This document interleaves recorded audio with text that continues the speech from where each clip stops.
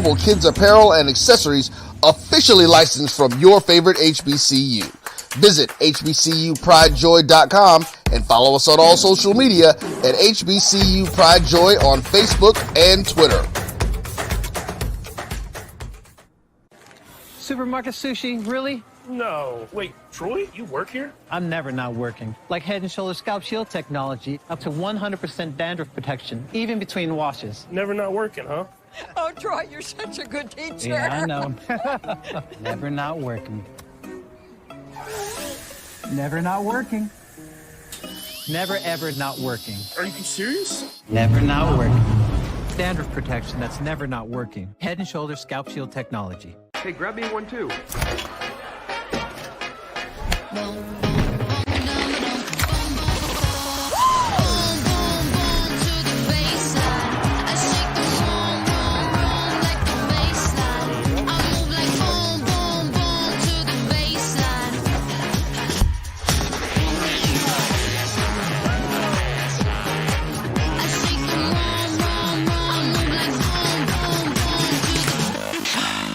Charmin Ultra Soft has so much cushiony softness, it's hard for your family to remember. They can use less. Sweet pillows of softness. This is soft. Holy Charmin. Oh, excuse me. Roll it back, everybody. Sorry.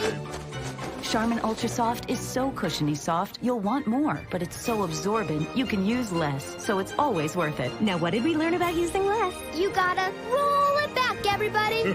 We all go. Why not enjoy the go with Charmin? This is the Dean of the College of HBCU Sports, Kenyatta Cavill of Dr.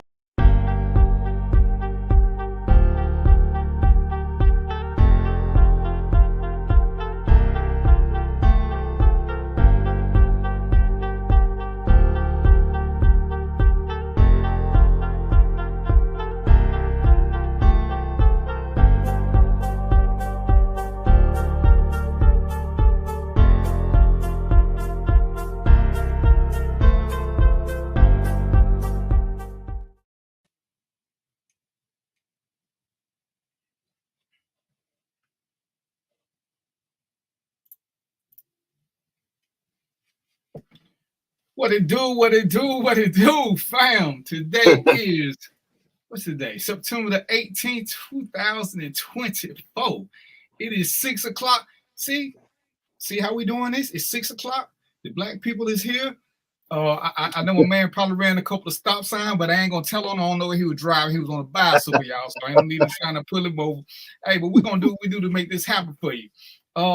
So we want to welcome y'all to the show. I want y'all to, start embracing my man Theo Dwayne Banks, and he gonna do a Chasing Huxtable thing. We're gonna bump a little thing. We're gonna keep y'all informed, entertained, and all whatever it is we can do. We're gonna do our part to keep y'all informed and entertained.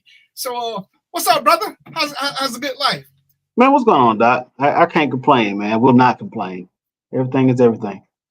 Hey, man, I'm gonna tell you what somebody told me. Once you get to be an old man, complaining is part of life because it means you're still alive. So I relish in the opportunities to complain because I'm still here to talk about it. So don't never deny yourself a good complaint or three. You know what I'm saying? You're still here to enjoy things. So that might take up the whole show then, since we're doing that.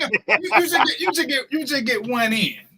So, it's been an interesting week, y'all, and we got some things, and we're still trying to get back up to speed to get what it is y'all want, so we don't just bore y'all what's on our mind. Theo's still getting the hang of this. He funny. He kind of do me like Roy. Or I used to do Roy, because I would ask Roy, hey man, what you think we ought to talk about? Because I had no clue. I used to try to plan the show. And it's crazy. Like I actually planned 3 or 4 shows one time. And every single time on the way to the show, something else took over. And I just had to change the topic, which is why, the show is called Random Thoughts, which means they're not really good at being prepared because hey, sometimes things just happen. And I hate to set y'all up unless I got a special guest. And we're going to work on having a special guest sometime. Then the show's going to be really focused. It's the end of 2024. Almost, but we're gonna do some more insurance shows because y'all still agitating the living shit out of me with these GoFundMe's and these pleas for people to help y'all.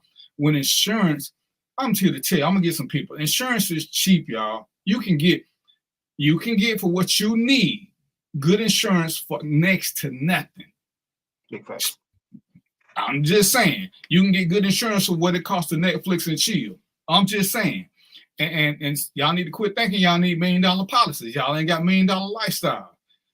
For a lot of us, 20 grand would do. 20 grand would more than do. Yeah. So, it pains me.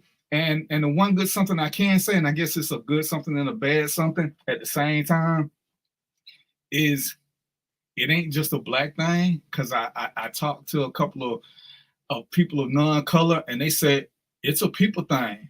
I got a friend who runs an attorney firm, and he said he in a firm with 8 attorneys, and they but 2 of them got life insurance because he said white people don't think they're gonna die either. They don't talk about it. And I'm just like, wow. And for those of y'all that know, I'm a coroner part-time out here in Douglas County. Oh, I didn't know that. They handle death in general a whole lot better than we do. And it's insane to me, and knock on wood, we don't never want somebody to pass. But if you have a relative, a parent especially, who is 80, 90 years old on oxygen and 10, 15 medications, you can't have me show up and say we were surprised by this. Because I want to be compassionate, but come on, see, I'm hitting 60. I realize I'm on the downside. Come on. I mean, we got to do better, and you'll be surprised, and I say this all the time, and we ain't going to talk about this on the show. This is just my random thought. 20 grand is a hell of a head start for your kids. Mm-hmm. Just think what we could have did if we'd have had 20 grand and a little bit of knowledge, and not been wanting a Cadillac. That part. It lay a lot of groundwork. You can live comfortably while you're pursuing things if you got 20 grand, especially if you had it back in the day. Because that's, back in the day, that would have been damn near 2 years of rent paid up. Or it's a nice down payment on a house or something, or get you a little hoopty. Ladies and gentlemen, and I had to tell this to a guy yesterday, man, they ain't as cheap as they used to be, but get you a $3,000 car and let your car work for you as opposed to keep getting these $30,000 cars and you working for the car. We spend too much time working backwards. So, with that being said, I just had to get it. That's my quick monologue. Let me chime in on that. Bro, you ain't never got asked. So to that point, I mean, I've been insured.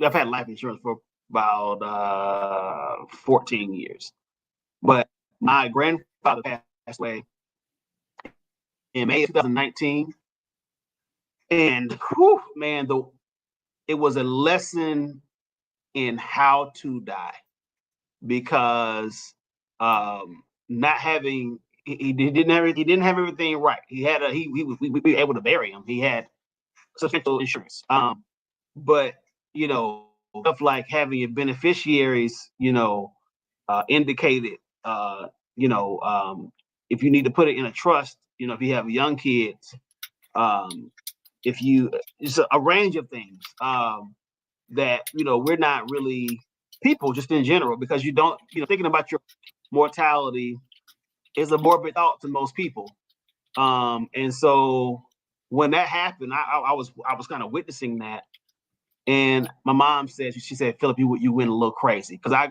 got insured up from that point, and although I don't have $1 million lifestyle currently.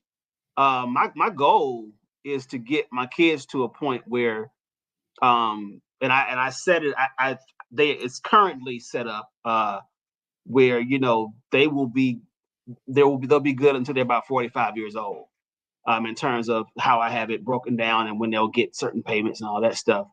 And it's good to know that come hell or high water. Now because of my special circumstances, I hope that my children, that I live long enough for all of my children to become adults, because I don't want to deal with the other stuff that comes with your kids dying young. I mean, kids dying, they're underage. You dying and your kids underage. But as far as getting insured up, man, that was I will pay life insurance before I will pay car insurance, and I will pay car insurance before I pay everything.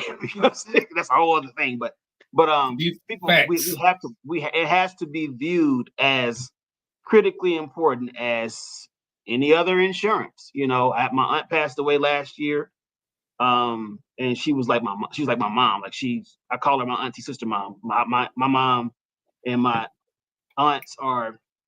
I was born to teen parents, so they kind of like all chipped in as far as just their influence. I mean, I was raised in my parents' house, but you know, my mom's sisters are like my sisters, and she has two boys, and you know, it was a little bit of a challenge, you know, the last few years of her life, but she set them up where, you know, there's really, you know, no excuse. To your point, you know, 20, 30, 40, 50, $100,000, you know, to get you started is a great start in life. That could change the trajectory of your bloodline if it's done right, if it's managed right. So I would encourage anybody out there, you know, it's about whatever your favorite fast food meal is. You can sacrifice about 3 of those a month and get you pretty decent policy. You know, now if you want to go super duper in, you talk about, you know, whole life policies and stuff you can benefit from while you're still alive, you know. Anyway, so yes, very important. And I'm gonna say this, and I hate to say it, but ladies and gentlemen, it costs next to nothing to get a rider for your kids. Because I got 2 friends who kids passed before them, and they never thought about their kids passing before them. But hey, man, go. It ain't the best, but go on and take whatever it is your job offering you. Your bank gonna offer you something, and if you're doing pretty good financially, then reach out to an insurance agent, because what your bank offer you and what your job offer you, most time they bare minimum. Right. They still enough, but they come out your check. Most time you don't notice it, and you know most time they still good for 10. They good for 10 to 15,000. And like I say, because I'm in this business now, I know a whole lot more. And ladies and gentlemen. And I know Black people have a stigma about this, about funerals and caskets and all that stuff. I say, but you know, as I've been paying attention, we pay all this money to be buried and get these pretty caskets and stuff, and then don't nobody go to the graveside after 2 or 3 years. Get your urn, and this ain't one, but or get your necklace and the ashes put in there. You can get all this done for less than $1,500. So just to spend $8,000, $9,000, $15,000 on a funeral and still be in debt. You know, I know we want to pay respect and homage and all that, but if you ain't going to visit them while they're in the ground, what are you really respecting? I mean, you know, do what you got to do. I'm just saying, from a financial standpoint, we can't keep complaining about finances and then we keep digging a financial hole. What's up, Tamika? How are you? And that's all I'm saying. You know, like I said, when I get some more, what's up, Bobby? When I get some more, I'm gonna have a couple of agents on here so y'all have some choices. But if we talk about what we want to do for the future, we gotta put them in a better spot. So and that's it. That's on us, and we should know better. If you don't know better, between me, I'm gonna have my financial guy on here. I'm gonna start having some financial tips every week. And you know what? I'm gonna go on and talk about that right quick. If you can save any money, and you got a savings account, I'm telling you right now from personal experience, ditch your savings account. Savings accounts, traditional savings accounts are probably the worst things going. Your traditional savings account don't give you much interest. And what it does for most of us is it's good for overdraft. Stop overdraft. If you ain't got the money, that means don't get it. But you can get high yield savings account, which means you're getting 5% interest. There are very few accounts that pay you 5% anything. And now, I ain't telling you not to invest in the stock market. I'm gonna have a guy here to talk about that too. But high yield savings account, that's just automatic money. It don't depend on nothing other than you keeping your money there. And it don't sound like a lot, but I had to tell one of my stock market friends, you know, you invest 1,000 in this, and it might be gone in 3 months. When I put 1,000 in my high yield savings account, it's getting 5% monthly, period. As long as I don't touch it, it's getting 5% monthly. And like I said, look at what your checking account give you. It probably give you somewhere around 1.2%, if that. Your savings account probably give you 1%, if that. So if you got a savings account, I'm telling you now, just get rid of them and look into high yield savings account. You can Bankrate.com is where I tell you to go to. It'll tell you what institutions offer them. Most of them don't require nothing other than you read the fine print. Some of them won't let you put but 1,000 in. But hey, go to 5 or 6 different ones. It's still a little money coming in every month and it's consistent. But like I said, I'm gonna have somebody come talk to you about that. I need to quit tripping though and go ahead and get on that, man. Yeah, well, and I'm gonna say this because I'm gonna play one of his commercials, and I tell everybody I trust in my financial guy wholeheartedly, because when everybody talking about what they talking about and yada yada yada, most of us don't know how to pay attention to the market. We believe what we hear, and we which is what we're gonna get into later about just believing what we hear. I refinanced my house 2 years ago under Joe Biden, and he don't get no credit for this, other than people who keep saying what they can't do. My interest rate is 2.5. Anybody who know anything about housing will tell you 2.5 is incredibly great. Oh, it can't be. Bro, I can see the paperwork, but it happened under Biden. But he has nothing to do with it. This is about good time and playing my cards right. And sometimes you gotta play the long game and have somebody who, hey, when he said, hey, you need to refinance the house, and I'm like, no, I'm good. My house was worth more because of the way the market went, but when I refinanced it, it lowered my payment. I got some money back, and I still went down to 2.5%, which, when people call me now and say, oh, you know what interest rate is? As soon as I say 2.5%, they hang up on me. I was like, oh, we can't do nothing for you. I know you can't, but this is one of the things sometimes you need. What's up, Curtis? We need somebody to help us out with. Because sometimes we just don't know, we too busy life and that we miss out on certain things. So, I'm gonna play a commercial from Castle Brokers, and I'm telling y'all, ladies and gentlemen, if you don't even need great credit, let Jeff tell you what he can and can't do, and let him tell you what you got to do, because he agitated the living shit out of me. Because he kept wanting me to do this and kept wanting me to do that. But at the end of the day, when I got down to 2.5% and I saw what he saved me and I got some money back, you know what I did? I shut up. Took him out to eat, my brother. Because, the best lessons to learn, sometimes they're kind of painful. And him telling me, hey, man, you need to do this. Pay this off, pay this off, pay this off. And, that's what we got to do. But this is what I want to talk about first. First, Philip said something to me. I'm sorry. Theo said something to me. I'm going to get this right. And I wanted to talk about it right quick because we're gonna touch on politics. We're going to touch on politics every week until after the swearing in. We want to make sure we get through the transition of power. But once upon a time, me and him talk all the time. This is my political guy, Again, friendship. We don't always have to agree on everything. We don't have to vote for the same people. It's about listening and learning for what you do know and what you don't know. I try not to, somebody asks, what, your parents tell us, your grandparents say, it's 3 things you ain't supposed to talk about with people in public: religion, sex, and politics. Because a lot of people are extremists and they don't really want to hear nothing other than you agreeing with them. Right. If that's all you're in it for, then you don't want to have a conversation. Because all 3 of those things are just like people's appetite. They differ from person to person to person. If you want to know how other people are, you got to be open-minded and listen. You don't have to agree. You just need to know how other people are so you can open up your mind a little bit. But once upon a time, Theo said something about black people shouldn't vote GOP. You remember that statement, sir? Shouldn't vote GOP? Yeah, shouldn't vote Republican. I actually think that some black people should vote GOP, but not for the reason that people think. But go ahead, man. Go ahead. Well, because I was looking through some of our chats, and that's how I'm gonna bring that up right quick. Okay, go ahead. So no, I wanted you to tell me your thought process behind that. Yeah, I think just because we are in a 2-party system that monopolizes the electorate, and we need representation in the GOP. We need Douglas Republicans. Douglas Republicans. I'm referring to Frederick Douglass Republicans. Those Republicans were not afraid to speak to the inconsistencies that existed, within party ranks, and they championed progressive policies. But the GOP that we currently have, that consists of a marginal number of black people. They're not Douglas Republicans, although they like to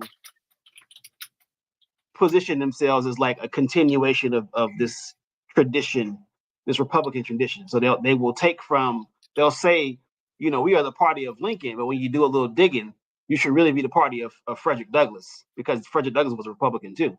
So I do believe that there should be some aspect of, some representation in that party, because we need to be in positions to leverage our vote to get what we want.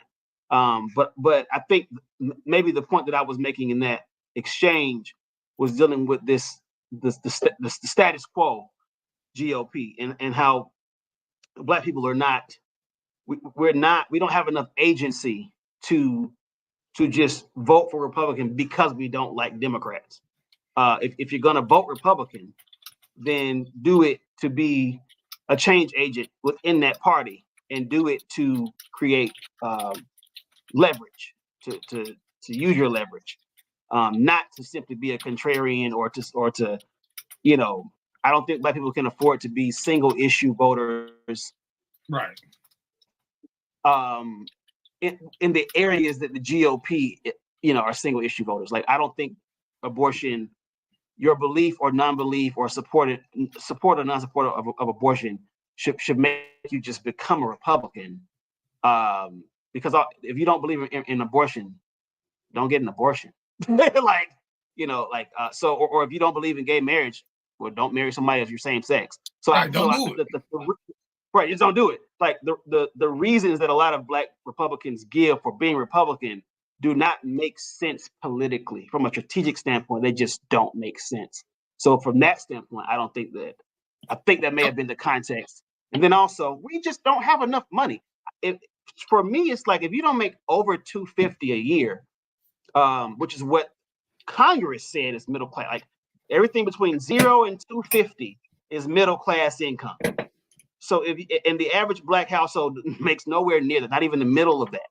And so for me, if you, and I don't make 250, I don't make anywhere near 250. If you don't make 250 or higher, it doesn't make sense to just vote Republican because of their anything. You know, if we look at the policies of the Democrats, although I do have a strong critique of Democrats, the policies of the Democrats benefit those who are less fortunate, who are you know, emerging middle class, who are working class, working poor, underemployed, you know, gig workers, moonlighters, all those different things.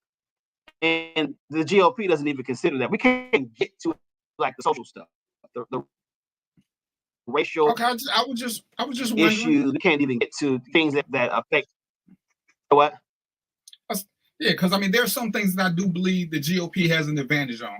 You know, and you know, we'll get into that later. But yeah, there are some things. So I was just wondering what your thought process was. But what I wanted to talk about, and like I said, you know, we don't get a chance to plan a lot, which is why I kind of like the show, because it keeps us on our toes.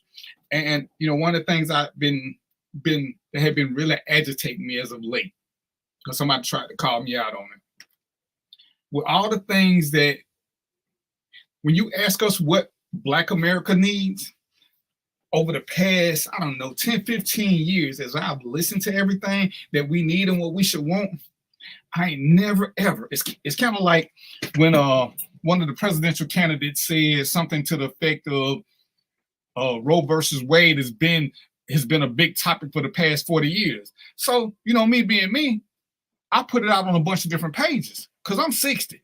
I don't ever remember Roe versus Wade being talked about until a few years ago. I don't remember it being a big divider of people. So I'm just like, I'm trying to ask people, maybe I was somewhere where, you know, where were y'all with, hell, we barely talk, and they barely talk sex ed. So I'm just trying to figure out where this came from.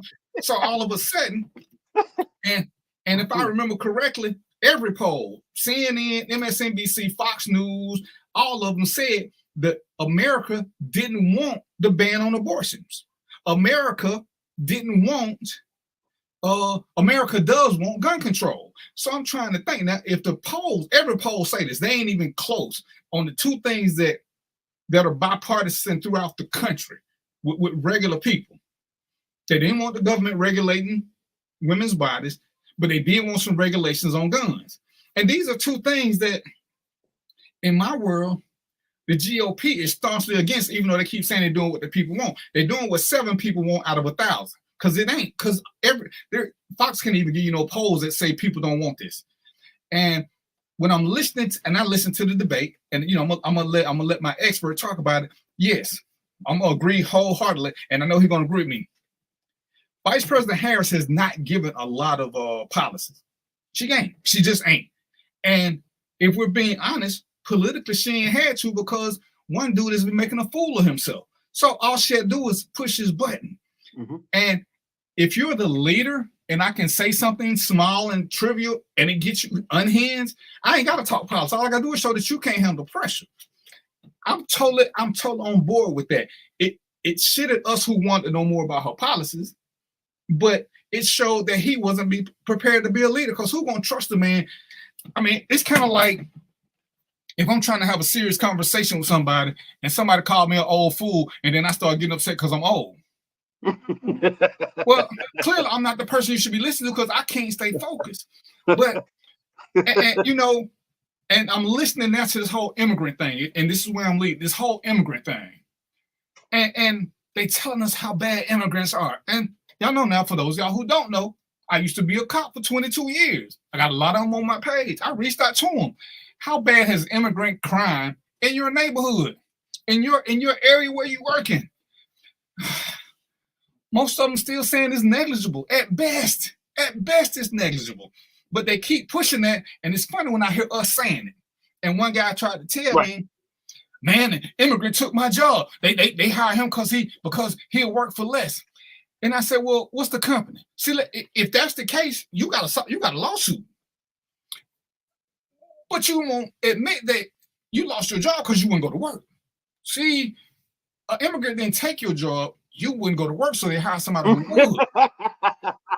That's kind of different. It's kind of different. That's kind of like losing your woman to another man. Admit what you did to open that door. Well, most of us, if we're honest, nobody took us from a girlfriend or a spouse. The girlfriend or a spouse stopped paying us attention, and that door opened and we moved on. Same thing with jobs. So I'm asking these questions because I want to have a serious conversation. When did Black people get caught up on immigrants? Because, Theo, you been to a Walmart or a Kroger or a grocery store lately? Yes. Have you seen a bunch of immigrants cashiers? No. So where are they? Because we need them. So where are they taking these jobs? I'm confused. And they keep saying this, and I ain't trying to start a race war or bait nobody. And it shows how much Black people and white people are alike mentally. Because if I'm not mistaken, Theo, my expert, the former 45 has had an attempt on his life twice that we know of. And it was by somebody who looks like him. It wasn't an immigrant. And I'm thinking, when was the last time an immigrant shot at a president? Was Sirhan an immigrant? He was, but he didn't do that. But I'm just saying that's the last time that even came in. And here we are talking about what immigrants doing, and I'm like, give me a factual something that I can hold on to. Right. Because let's just say they are eating cats and dogs. Well, we've been saying that about the Chinese for years, and we keep eating Chinese food. We still eat the food. and the ladies keep going to get their nails done at these Chinese shops. So I'm trying to figure out, when did this become a bad thing? I'm like, are they eating people? Because what's the problem? I'm not a pet person, by the way, so I know I don't want to offend the pet owning community who think pets are kids. But anyway, that was to your point.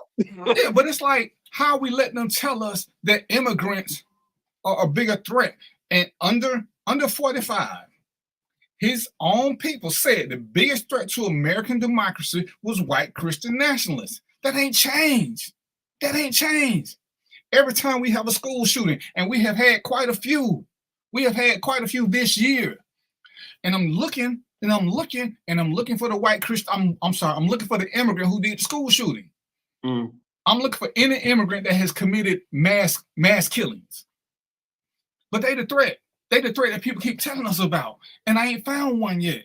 But I hear us repeating that ignorantly, because whenever you ask for a fact, it's like they'll keep playing this commercial about the immigrant that Vice President Harris let, and she killed the white lady's sister. Okay, I'm gonna give you that.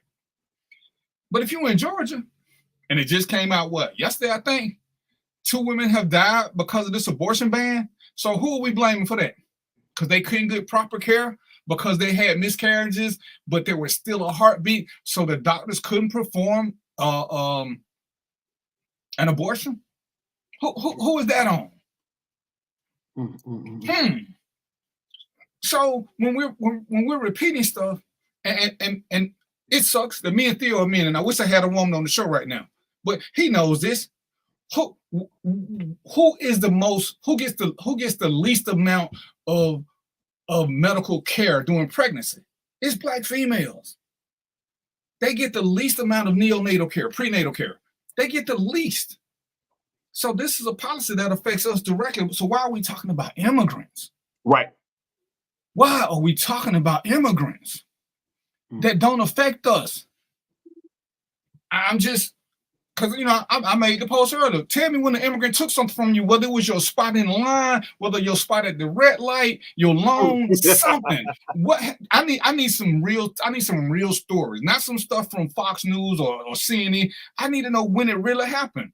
And they were talking about, Russia's playing a lot in the misinformation, and I'm cool with that. And Theo, you more in tune with politics than me. Who was it that went to Springfield and started showing out? Those were MAGA people. We ain't talking about phoning in threats. We talking about people who actually start going in and assaulting people. The guy who shot up the grocery store in Buffalo, he wasn't an immigrant. He was a white Christian nationalist. He had a manifesto. The little kid up in wherever it was. These are people who are not immigrants.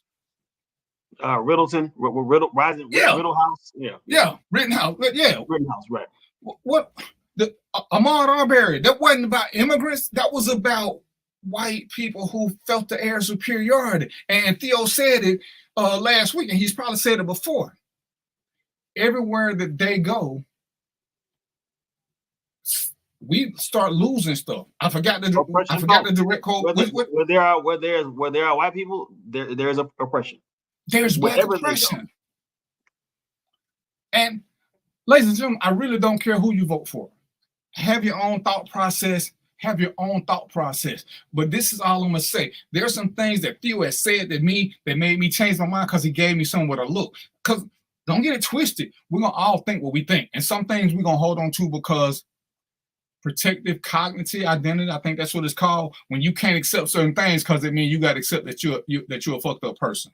But there are some things. What's up, Sharonda? But there are some things that when people start giving you factual data, because I'm not finna sit here and tell you that, and I ain't never said this, that we wasn't happy.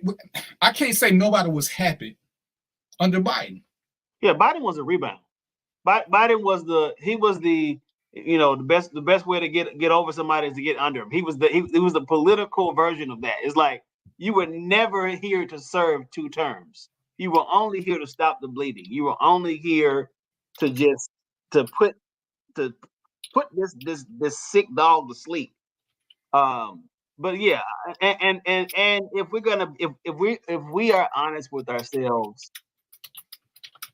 after this woman is elected, because I do believe she's going to win, we will see that there is not much difference in terms of her positions and her potential to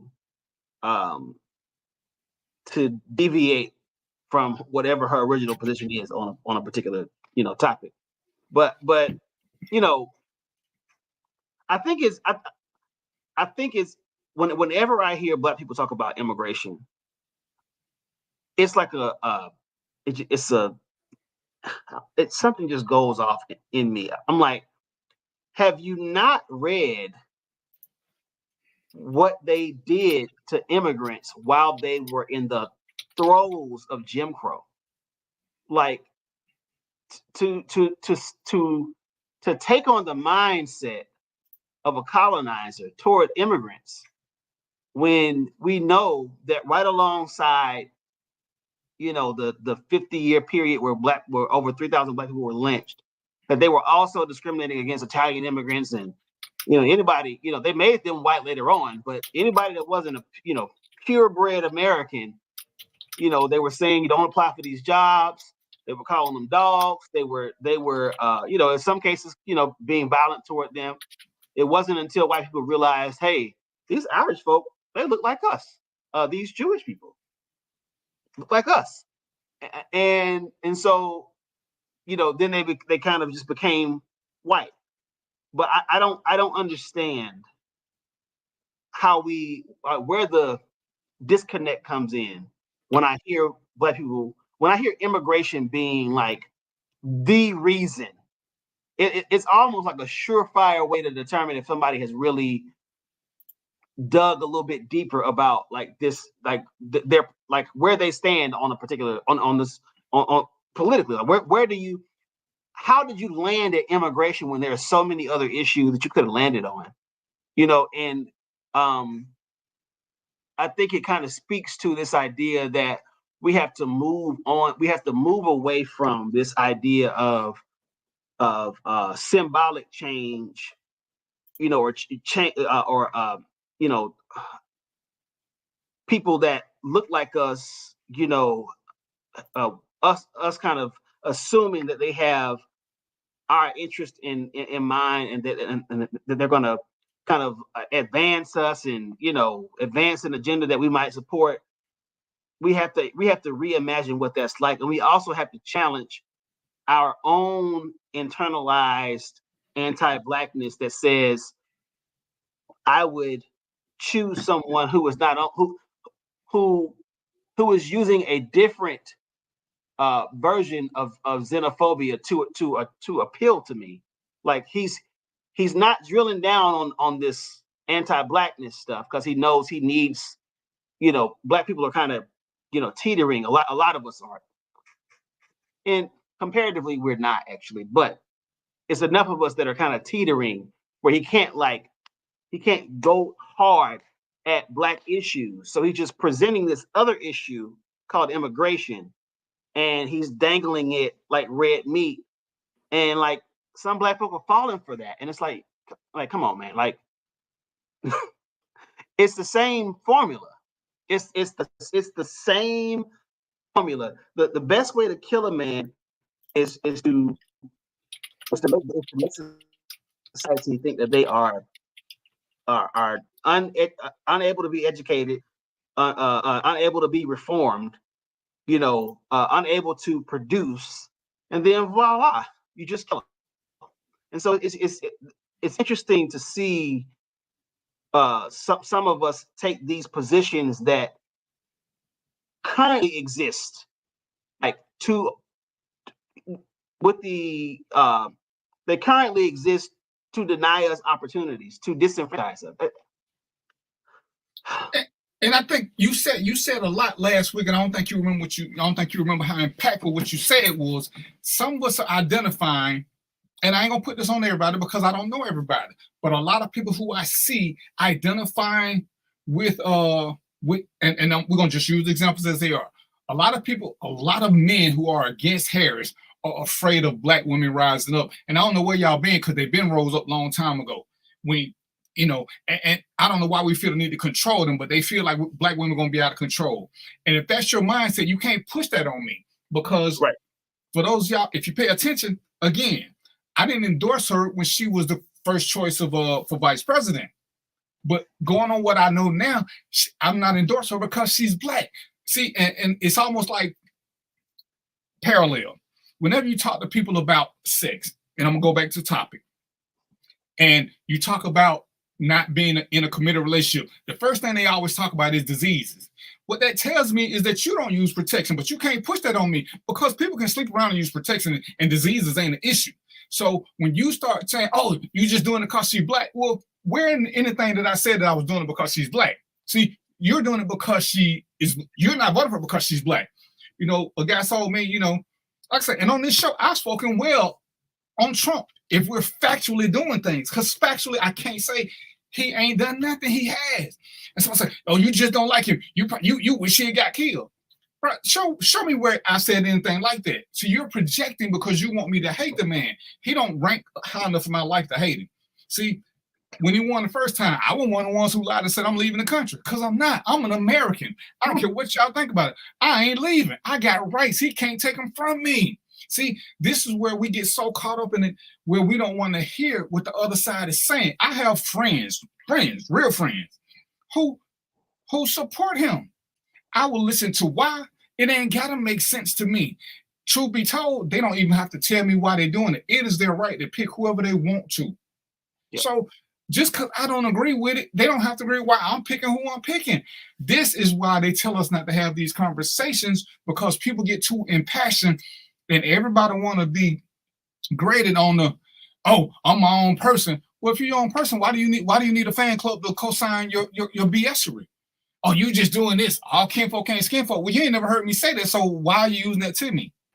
Why? It makes no sense to me, but you can't push your thought process on me. I can tell you why I do stuff. You can tell me why you do stuff. And bam, I don't have to. But, and Sharon, it wasn't that she wasn't my pick. She wouldn't have been my first pick. And when we're doing business, and this is one of the things I learned truly about running a business, I don't have to like the people who work for me. They just need to be good at what they do for my business to run. Because most of us who have a business or who run a business, or even if we got a position of power, we realize one of the worst groups of people to hire is friends. The second is relatives. I don't have to like you. Are you efficient at what you do? Are you proficient at what you do? Then I'm going from there. I had a friend, a great friend. And he asked me one day, he said, man, you know I'm struggling. Why you don't let me work? And I looked at him and laughed. He said, you right, because you'll have to fire me when you. Dude, we already know this. As a friend, you are the shit. As a worker, you are shitty. We already know this. So why don't even put me in that spot about telling me you need a job? I'll let you go work with somebody else. I ain't even going to recommend you, but I'll tell you what some other jobs are. And this is one of those things who we like does not matter. Who represents most what we align ourselves with. And this is one of the things Theo was talking about the other day, is that a lot of people, we don't want to admit it.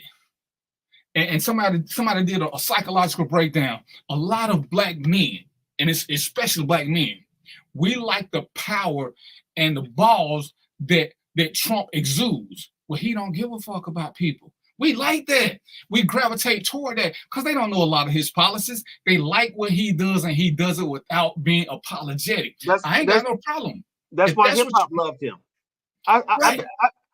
Trump is so hip. Like it is. What's interesting was to see like people who were like obvious, like, you know, at least acquaintances with Trump distance themselves from Trump after they, you know, realized he was a raging, you know, racist. And it's like, no, he represents everything that is enviable about America. He represents everything that people hate about America. He is an American story all unto himself. And we have to acknowledge, like, as far as likability, if Trump was a stand-up comic, I would be his biggest fan. I just know that his politics, like he doesn't see a world where people that look like me thrive. That's nowhere in his vision. And people have to be honest and say, to your point about the friend who's the shit as a friend but shitty as a worker, Trump is.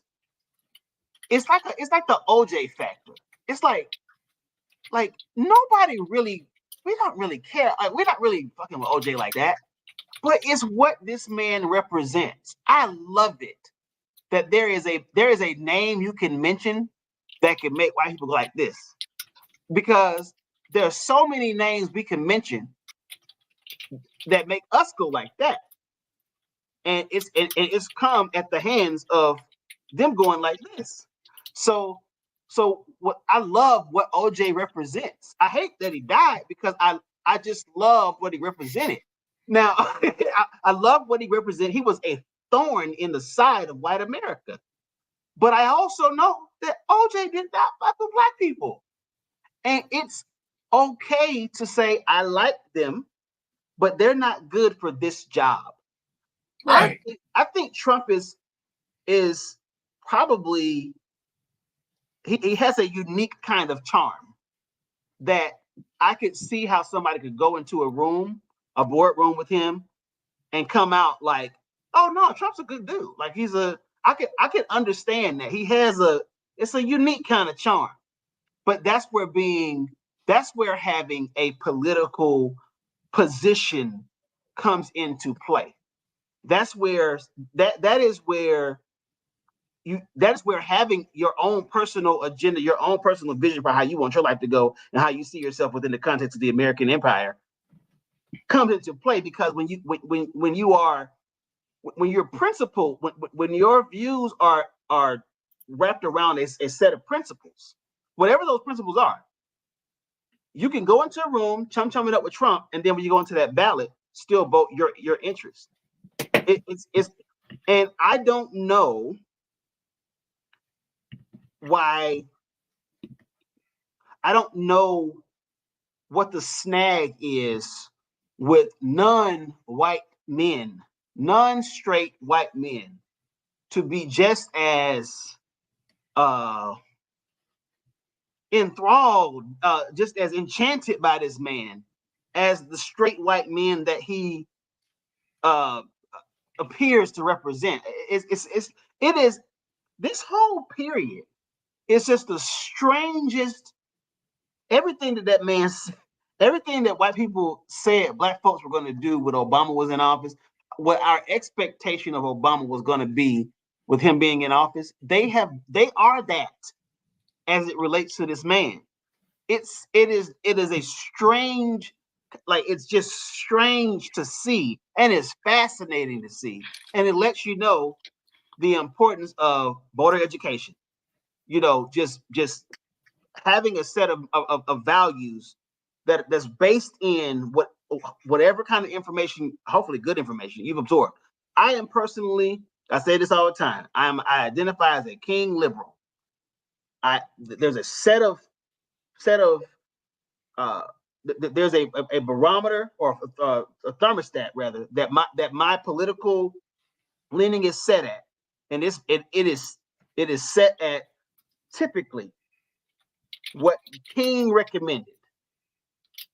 But I can also give you a critique of Dr. King.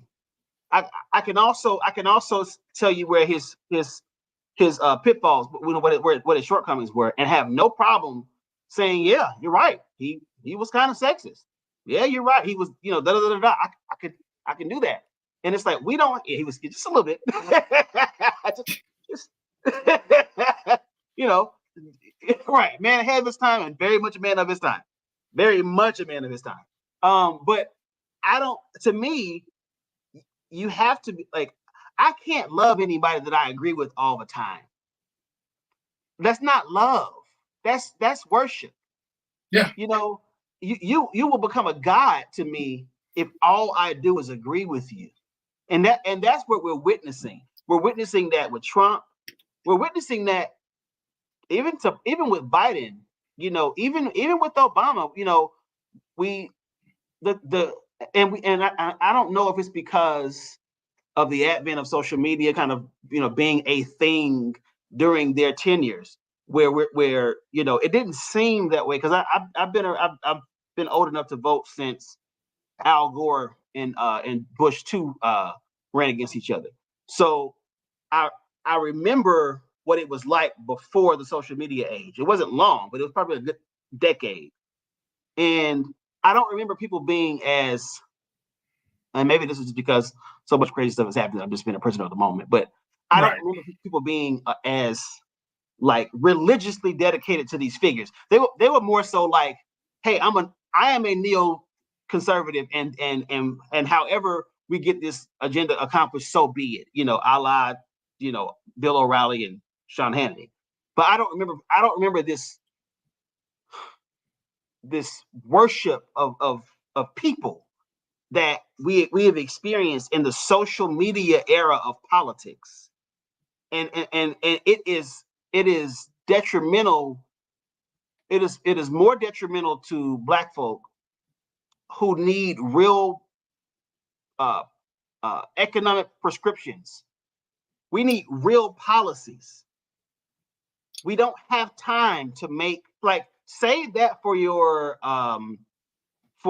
celebrities.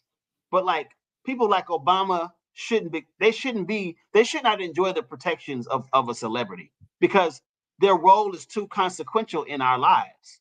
And the same way with people who just adore Trump. You know, if I had to sit white America down and lecture them, I would say, this man does not represent the majority of your interests. Poor white people will not benefit from having this white boy in office. I hate to break the news to you, but that's just the reality of it. And go ahead. So I would love to get to a point, I would love to get to a point where we're in this kind of post demigod era in politics, where like, okay, we had two transformational presidents. We had Obama, who was transformational for most of the right reasons, and then we had Trump, who was transformational for most of the wrong reasons. Then we had Biden, who was Obama adjacent, and then now we have Harris, who is Obama adjacent, who was Biden adjacent, and then we also had Trump again. I would love to get to the boring era of politics where it's like, you know, it's really about the policies. It's really about like the vision. Like, does this vision align with whatever you want to go? Somebody asked me the other day, they were trying to be funny, but they asked me the other day, why are you choosing, well, first of all, they asked me why I was voting for Jill Stein. And I'm actually not voting for Jill Stein. I voted for Jill Stein in 2016. So I said I never said I was voting for Jill Stein this election. I did it in 2016. Their answer was, my question still stands. Why are you voting for Cornel West? And my simple answer was this: his vision, his position on class, sex, race, freedom, and possibility align with mine. That's why I'm for him. Even though Georgia just kicked him off the ballot, I am no longer going to. I will never, because I did it with Biden, and I will never cast a guilt-ridden vote again. I'm never gonna do it again. It was unlike me to do it when I did it in 2020. You know, and that wasn't from this place of desperation. It was just okay. But I'm never going to be prodded into voting for anybody again. I will vote my conscience. I will vote what aligns with how I see myself within the context of you know, American, how I can truly advance. And if that means that my candidate never wins, so be it. And I think people have to, the way to dismantle the two-party system, which does not work for the majority of Americans, is for everybody to not vote for the person you think is going to win, but vote for the person who aligns most closely with whatever your informed set of values is. That's it. We don't even have to. Do they have that? I don't think America is an anti-intellectual society. We are the overweight 14-year-old rich kid who, you know, just throws their weight around and got put in these rooms because we got a rich dad. Like we are. That is actually kind of the root of all of this stuff. Is that to have a discussion is so jarring to people's like sense of like to their not identity, but just like their, I don't know, their I'm sorry, but it's like we like popularity, and that's something that we got to understand. And because we don't get political science the way we need to, or social studies, we're ignorant on a lot of things at the end of the day. And I think that's our problem, because we don't understand. Most people don't understand tariffs and taxes. Most people don't understand who sets political climates. They don't understand how, you know, one of the things I had to learn was that economy. We'll look at an economy and blame or give credit to opponents when, factually speaking, the first 2 years of any presidency are actually a benefit. Right. They came off the last one, and that's just factual data. So if the last president left on a high note, the next president, his first 2 years is going to be booming. But most people won't give the last one credit. And, you know, and that was one of the things when people kept talking about this. And I said, it's crazy because y'all never gave Obama credit for what Bush was doing. And Bush had us in a war we didn't belong in. Gas was higher then than it is now. And, oh, no, dude, I know how high it was because I had an Escalade and it took me $100+ to fill it up. I know. But you get caught up in, as you say, we're prisoners of the moment and we remember what we want to remember. Right. Because the car industry was going under. Who saved the car industry? So every time I hear people say he didn't do nothing, what? And it goes again to our personal values. What's your idea of nothing? Because them auto workers loved him because he kept all them people employed. Now you may have lost something, but if we're looking at 20,000 auto workers versus one person who didn't, well, man. But we don't look at that, and a lot of times what I'm saying is we don't think about our fellow man. And me and you talked about this. I got great insurance, but until we start talking about mental health, accessibility, and affordability in Black communities, nothing else really matters to me. It won't affect me one way or the other. I have great insurance. I can get it. It's affordable to me, but to a lot of people who I know need it or want it, they can't afford to do it. And to me, that's one of our issues. The education, because we need to know. Because a lot of things, every time I see these posts with them blaming one party over this or this, it ain't the party. And you talked about last week, you don't vote locally, so you don't really know. Because you have forgiven your mayor, you have forgiven your governor, you've forgiven your aldermen and councilmen, people who affect you locally, to blame somebody who don't know you, and their agenda ain't about you. Right. So, but we're so caught up because, and Sharonda said, you know, the media is telling us what to do. No, the media is giving us an outline. We choose whether or not we want to do research because, as they say now, Google is free. Google is free. So all we got to do is research Google or whatever source you want to do. But you can fact check anybody. You can fact check anything. You know, I was telling Theo, I'm doing this show. I got 3 screens up. So when somebody says something, I can pull up the screen and look up and see if what they're saying is debatable or true or not. Because I used to get caught up into that. This is what I think. But I went fact checking myself. My management team said, hey, you know, you said a couple things that was wrong. I didn't like being wrong. But when they showed me where I was wrong, I had to go for it. See, Sharonda, you say Obamacare sucks, but I talk to people who are grateful that they got Obamacare because otherwise they couldn't have got it. So when we say certain things, and I asked Theo about it today, did he have a stance on ACA? But let's just say it did so. And this is where I hold the Trumpians accountable. He ran on it 4 years ago, and he still don't have a plan to replace it. And that was one of his major running points. So if we're gonna start holding people accountable, let's hold them equally accountable. Because what's his plan for coming in there and doing it? Because the ACA affects a certain group of people. It don't affect me. And I'm with Theo. I ain't making 250. I ain't doing bad, but I ain't 250.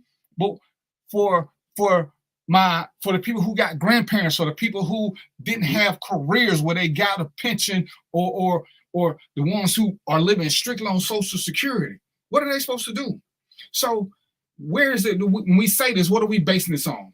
Right. Because I know, like I said, I didn't know a whole lot about ACA, but I know a couple of people who want it, and it helped them. So I don't have a stance on it. I don't. I like to listen to other people. And this is where we got to stop, because we'll push a narrative that we don't fully understand because it doesn't work for us. And again, you got the right to vote for what is best for you. I choose to vote on what I believe is best for the collective versus me. Because I've heard that I got an issue. I got an issue with birth certificates being able to be changed. That's a straight GOP issue. I don't understand why that's an issue. Why should anybody be allowed to change their birth certificate from male to female? To me, that is just insanity. Total insanity. It ain't gonna make me cross over just because of that one issue. That's not as high on my list as gun control and abortions. But it's one of them things I just don't like. But we got to look at something different and do our own research, because they will tell us what they want to hear. When they don't want to hear, both parties do it equally. They will change the subject. And I call it deflection and redirection. When you say something that might hurt me, I'm going to throw something else out there and try to change the subject. Fellas, we understand this, because when we try to do it with our woman, they're going to bring us back on task because they don't want to talk about the other day. They want to talk about right now, and we give up. But we'll try. And when we winning, that's what they do to us. We're like, hey, you didn't do this. What about that time you didn't do this? And we'll fall for it, and we'll try to defend it as opposed to staying focused. We'll just say, when you going to argue, have a sheet of paper in front of you and stay focused. We're going to talk about this. We ain't talking about that else until we get these. But this is who we have to be. This is what we have to do. And when we don't agree, I don't need to call each other names, because, and we're gonna go to another subject because it's almost 7:00. Whenever people want to talk politics, and I love the subject now because I'm informed. And whenever I keep talking about the popular vote, because this is what 45 has said, if he don't get the votes, he has never ever won a popular vote contest. He didn't win one in high school. He didn't win one in college. He ain't ran one in a national election. So when he keep talking about if he don't win the people's vote, and I ask everybody, when has he ever won? And then they want to talk about electoral college. That one who was every time he talk about the people did this, the people did this. Popular vote, he lost to Hillary by popular vote. Factual statement: Hillary got more votes. He sure did. So why are y'all hanging on to this that he has ever won one? This is a fact, man. If we can't acknowledge that fact, we can't have an intelligent conversation. We can talk about the electoral college and why it needs to be overturned or redone, but then we also got to talk about the fact that GOP specifically is trying to do it where the vote don't even count, that they can put in who they want to. Georgia's trying to do it. Alabama did it. The courts saying, Alabama, you can't do that. This is a GOP thing where they don't want to count the votes. They want to just put in whoever they want to. Now, I guarantee you, if the climate changes and the Democrats take over the House and the Senate, it won't be an issue no more because they're gonna veto it. And this is why I have problems. But these are mine. And I say I'm willing to have the conversation with anybody, but you can't be so caught up in how you feel that you want to ignore facts. When I said the whole Christian Bible thing, and I ain't trying to insult nobody. I'm really not.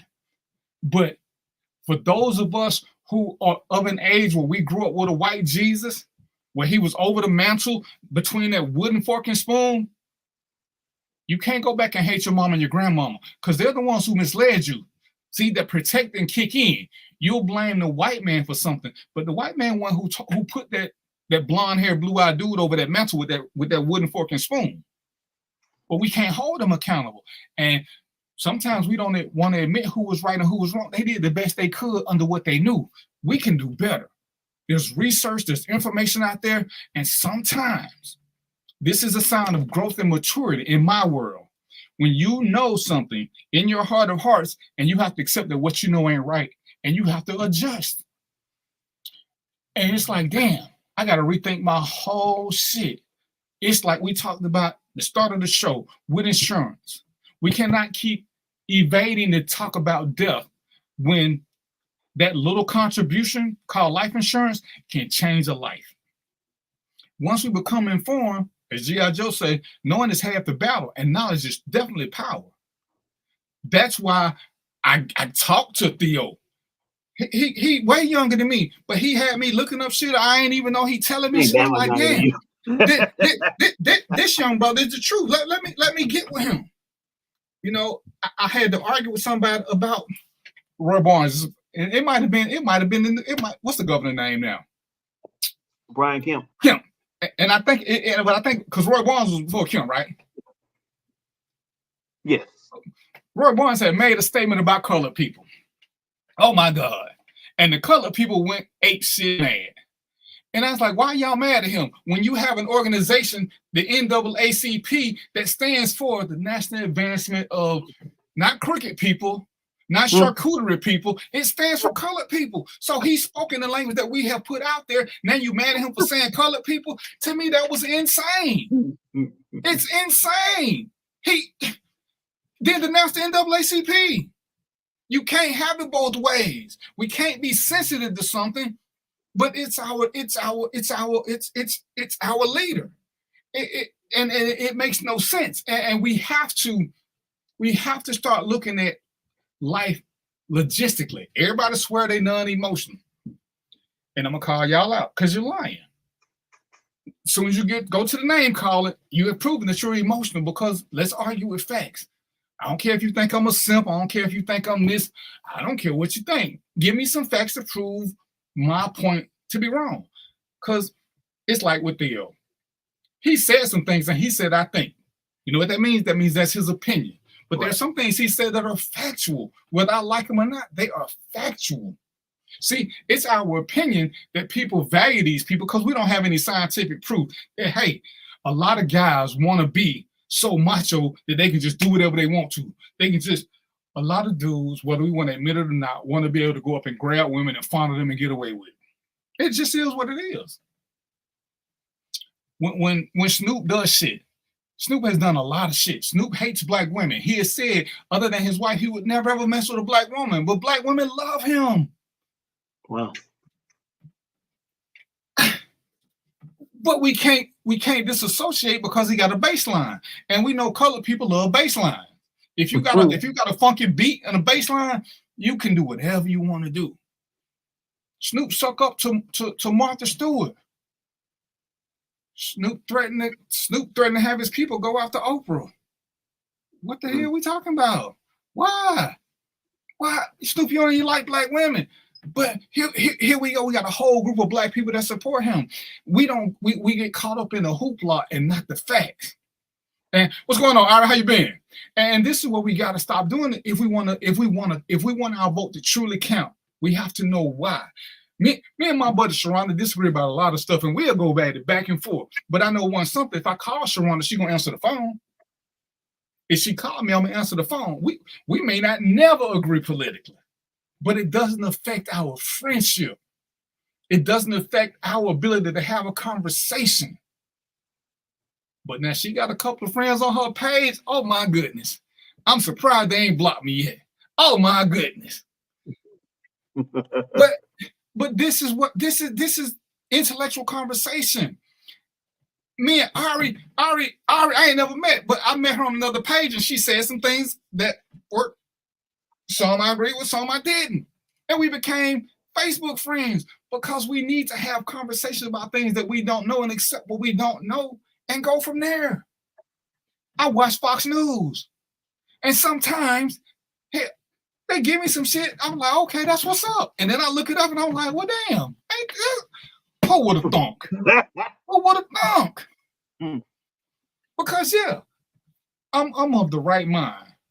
Rachel Maddow should never, ever be a moderator if Trump is involved. She's not partial. She's not. Mm-hmm. She ain't trying to hear nothing that he got to say. Nothing.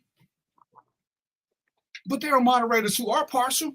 Hell, I saw Neil Cavuto, I think it was on Fox, giving Trump hell the other day. See, they're good. as you said, there are good people on both sides. You just got to know who is who, and you have to know who the extremists are when you're watching these, so you will know if you're getting truly good information versus where they're trying to push you. But we have to be smart enough to understand the difference. Well, let me push back on that slightly. Push back. And it's not pushing back, but it's kind of touching on the point that you're making. Still, we can agree that while everybody has an opinion and a lot of people can form a strong opinion, that some opinions are so dangerous because of how impressionable and how primed people are to have their own biases confirmed, that being aggressive toward a candidate like Donald Trump, to the extent that he doesn't get a chance to spew all of the bull, while we also address candidates like Harris, who have enjoyed the luxury of having a less formidable opponent. Doesn't that ultimately make us a better and more informed electorate? Like, when we can kind of weed out these personalities who represent the worst of American values through whatever means. Typically, it's through their own means. My frustration with Democrats, that it kind of sits along with some other frustrations with them, is that they don't go nasty. I've watched debates between Mark Lamont Hill, whom I'm a huge fan of. But I don't agree with everything he says. I'm a huge fan of Mark Lamont Hill. Mark Lamont Hill, and I call her Candace Owens. Candace Owens, but I call her Candace. I've seen Mark Lamont Hill and Candace Owens go at it. And it's like, well, Dr. Hill, you know that you can slay her. Like, you know that you can completely demolish her in this debate. Yet you choose to take this posture of civility and you want to just operate within this kind of level of decorum that she does not afford you. Like, she's not giving you the this is not a gentleman's kind of debate. She's going into it with a specific agenda to push forward things that are not factual or half factual or whatever, right? By mistake, but never right because she's actually researched and done her work. But if people who know and who have who not only know but then who also have stronger values, better values, don't push back. Like, if we good people on both sides, everything, then I don't know how we become a more informed electorate. As much as I can, kind of tongue in cheek extol the virtues of Trump in terms of his charisma and all those things. Trump is dangerous. Like, he is dangerous. He uses. I tell my kids all the time, my daughter, she's very pretty. I said, being pretty is a superpower. It's not good or bad. It's a superpower. And you can use that for good or bad. Being intelligent is a superpower. You can use that for good or bad. So Trump uses all of his superpowers for bad, for the most part.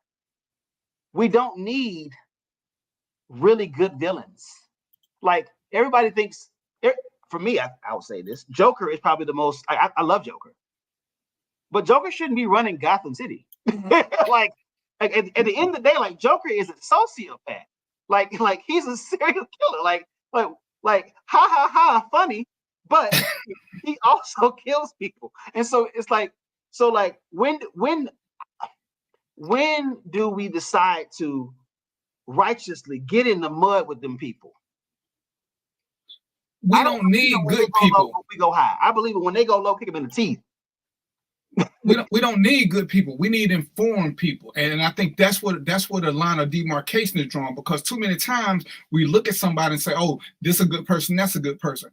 At the end of the day, it's cute. Who gives a shit if they're good people? Who is giving us the most valid information so we can make good decisions? And that's what we got to start doing. It doesn't, as with Sharon, it doesn't matter who we like. Who is the best for the situation? Sometimes. And we're going to take a commercial like this, but in the apocalypse, the best leader is the one who is unemotional. And when you got to cut somebody loose because y'all got to eat, who can pick the weakest link to let go. That is the best leader. He's the most cutthroat, but he's going to make sure the most people live.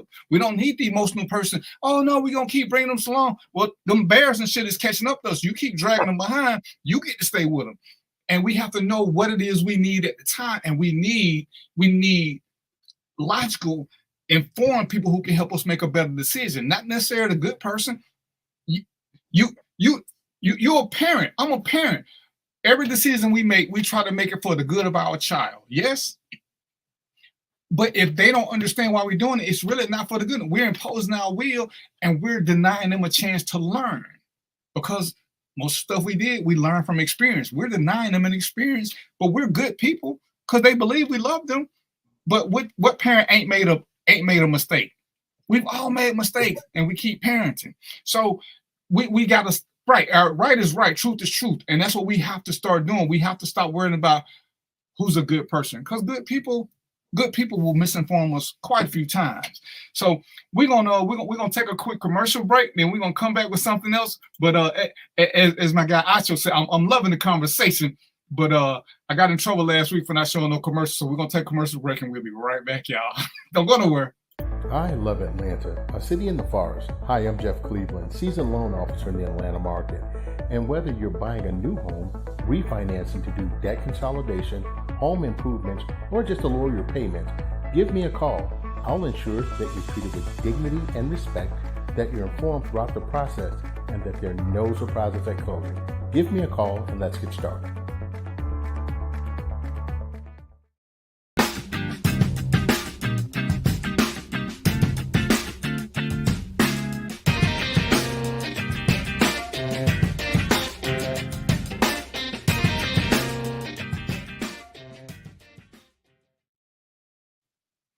All right, and we back. He checked out on him. I guess he didn't get the time. So, where you go? I need Theo to bring in this next subject. So I'm here. Sorry about that.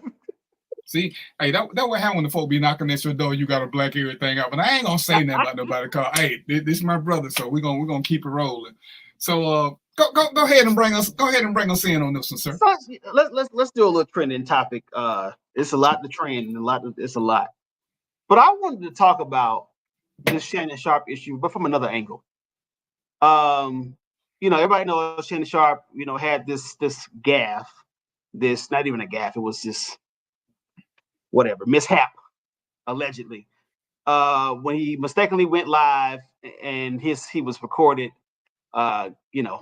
engaging in, grown activity with his Michelle. And I made a post about it. I said, be so. Let me read it. I said, let's see. Be so firmly planted in your masculinity that you don't fumble a $200 million bag trying to prove you're something that's nobody's business to begin with. So some of the fallout that Shannon Sharp has alleged to have come after this video thing is that he has potentially lost about $200 million worth of sponsors.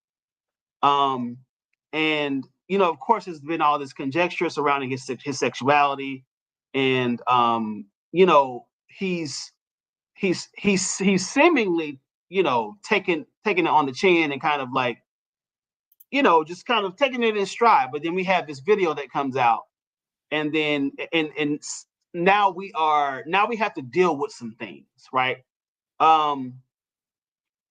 that critique was not directed at Shannon Sharpe, but it did deal with this idea that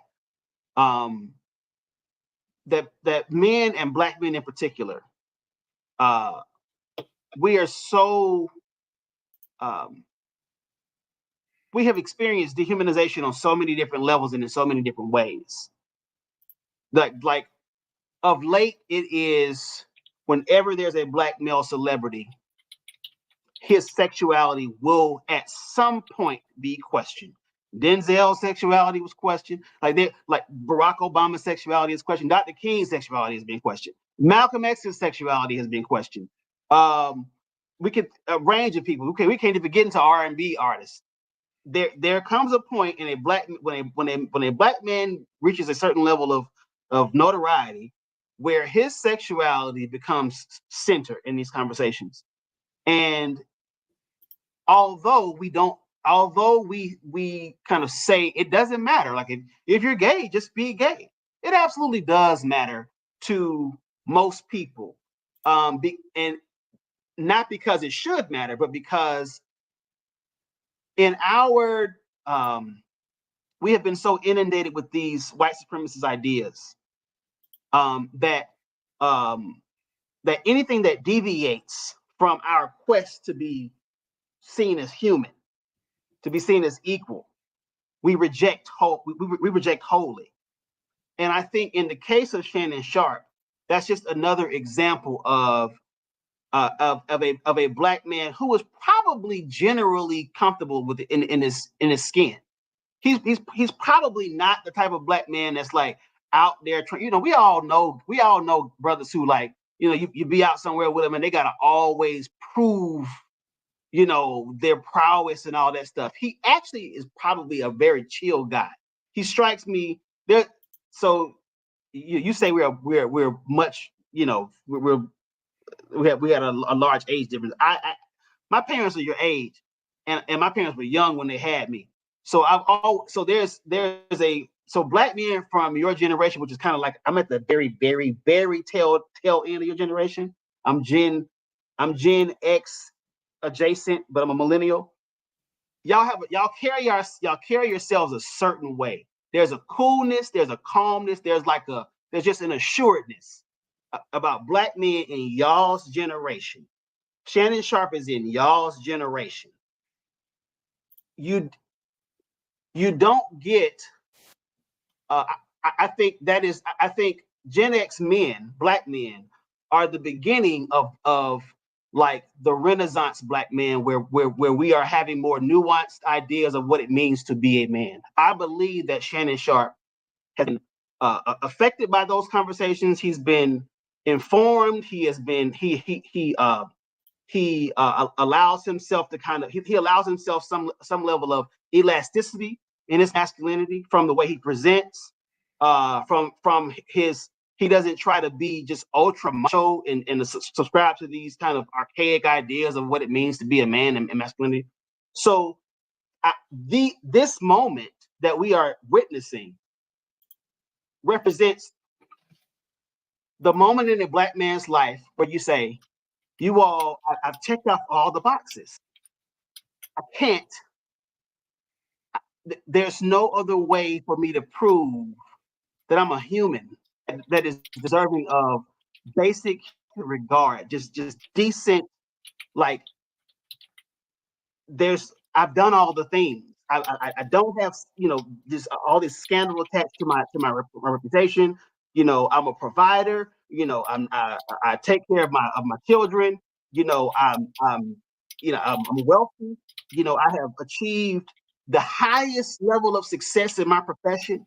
Like all the things that society requires of me, I've done that. And yet my sexuality becomes like hot topics. And so now I gotta step out and show you, Negroes, that I'm straight. But it falls so miserably short of the mark that it reinforces whatever people's ideas are of him in particular. But when we zoom out from it, we have to confront our own internalized homophobia. And let me parse that we down the middle. Black women have to deal with their own internalized homophobia. We know Black men have been homophobic. We know that has been expressed in hip hop, and especially in the 90s, that was just like proving that you weren't, gay was just a thing. Even now we got this pause thing, which is it's funny, but it's also like very, sophomoric and all the things, right? But these conversations around the serious conversations around Black men's sexuality, when it actually starts to pierce, to really affect us, it's coming from some of our women. And this is not one of those laying things at the feet of Black women type deal, but it is. We need to have the other part of this uncomfortable conversation, which is, why does Shannon Sharpe feel like? What are the conditions that would produce a stunt like that? What are the conversations that are producing a stunt like that? I am not a Kevin Samuels light. I'm not a disciple of Kevin Samuels. But that man's the 18 months where he was popping, the whole time he was called gay. And in the 2 years that man been gone, there have been no gay lovers that have come out. There have been no gay lovers. But that was just, if it's said about a Black man, it's got to be true, especially if it's negative, right? And so we see these types of things played out. We see it played out in Cam Newton. We see it. We can be in the most, what society would deem toxic versions of masculinity. We can be running through women, which in most people's minds, that is a key indicator that you are a heterosexual man. And we will still find a way to twist that into, you must be masking something. So for me, although I thought the move was beneath who Shannon Sharpe is, who he has presented. Shannon Sharpe is everybody's uncle. He reminds me of all my cool uncles. He reminds me of my dads. He reminds me of all the good Black men I've ever met in my life, especially if you're from the South. Although it is beneath him, I still can't walk away from that without acknowledging the fact that on some level he has succumbed to this pressure that is placed specifically on Black men to overprove how masculine, aka heterosexual, we are. So let me ask you a question. Okay. Because I got a different take, but I'm gonna try to stay focused with you, as I say, and not diverge. Okay. When Shannon Sharpe did the whole thing with the basketball game and he apologized, I looked at Shannon as a different guy. I looked at him as being responsible, reflective, and grown, and taking accountability for who he was. Because in his 3.5 minute apology, the first thing he said was, I'm not finna sit here and tell y'all it wasn't me. Y'all saw the tape. It was me. I wish I wouldn't have done it. I apologize because I was wrong. I held him in high esteem after that. I held him in very high esteem. When his tape came out, and I never saw it. I saw the aftermath. And his first thing is that his thing, it was hacked. Then he come up with all these ED commercials. So was he hacked or was it a setup? And now I feel used. I feel like, as we talk about your subject, and I want to stick with your subject, but he promoted it. He promoted women being able to challenge our masculinity, and we have to respond some kind of way. Because to me, he played a game with his fan base, which is mostly Black people. And I didn't like it. I found it to be truly disingenuous and disrespectful on his part. Because as you say, Kevin Samuels never even addressed those issues. They came. He was, I don't want to say he ever struck me as gay. He struck me as, if we're going to be really picky, as having effeminate tendencies, which, if we're honest, we all have. Since our hormones are split down the middle, half from our mom, half from our dad. We all have some women tendencies. All women have some male tendencies. That's just the science of life.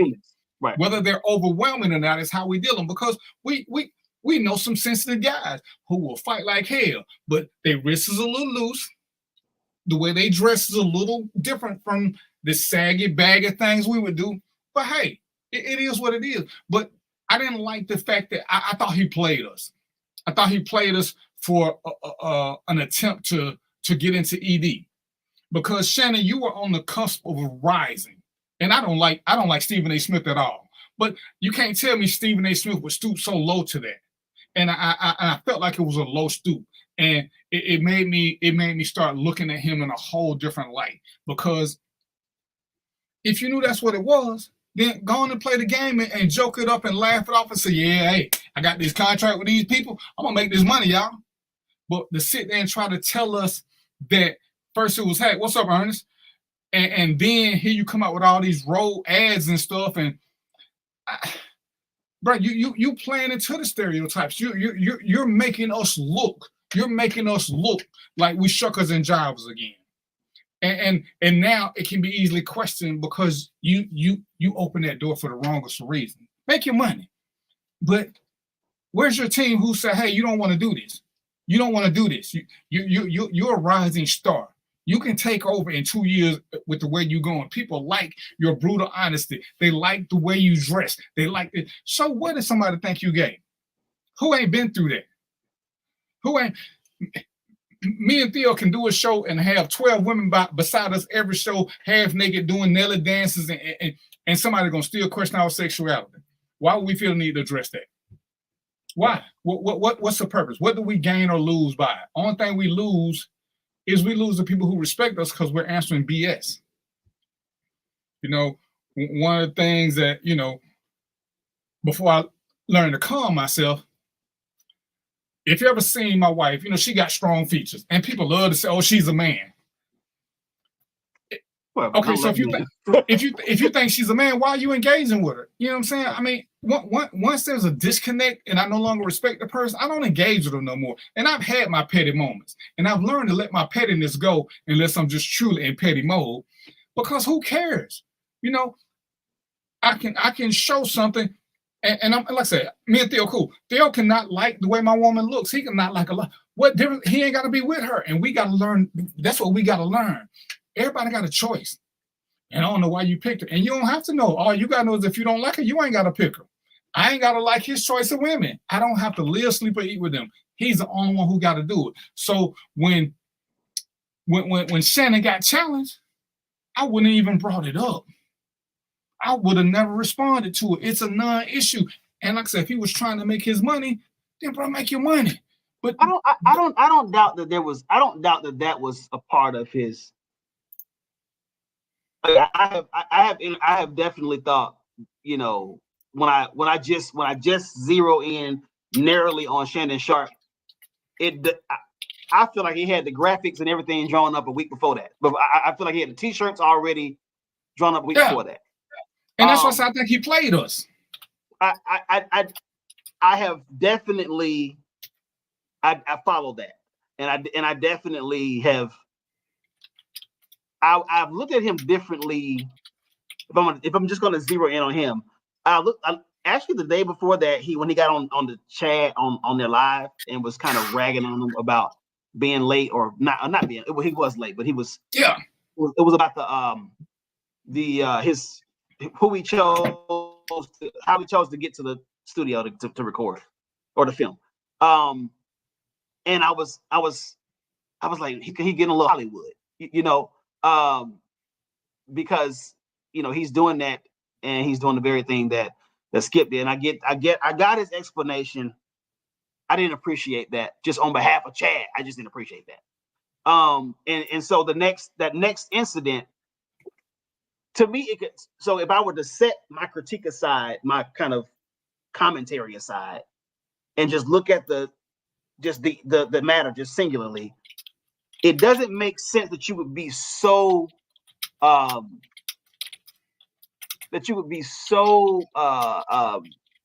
committed to having this level of professionalism and execution from your co-host, and you know, from how he describes himself as a boss, it sounds like he expects a high level of dedication. I would not want to work for Shannon Sharp. The way he talks about nobody gets a vacation, so I get a vacation, and if I call you at 2 a.m., I expect you to pick up. I would never work for no damn Shannon Sharp. But to that point, it sounds like he's very he knows where he wants to go, and he knows how he wants to go there, and he knows how he wants to show up while he's getting there and when he gets there. It is a complete departure from that to do the video literally the next day. Right. And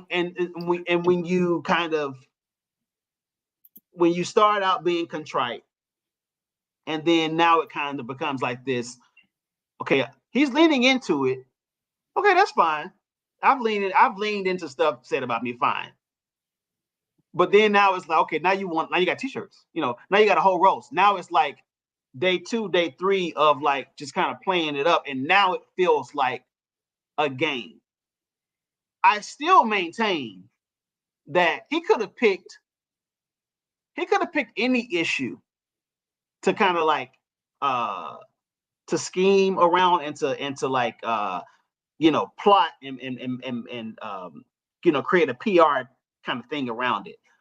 But the fact that it's his sexuality says more about our society than it does him in that moment, because black men proving that they're straight is not that. It doesn't matter. Like, you can be a celebrity, you can be a little guy, just growing up in your neighborhood. That is not an uncommon like challenge that black men have to overcome.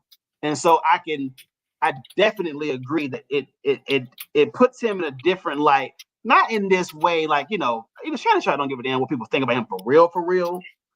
I'm not his core audience, so he's not talking to me, although I relate to a lot of stuff he says. But I still feel like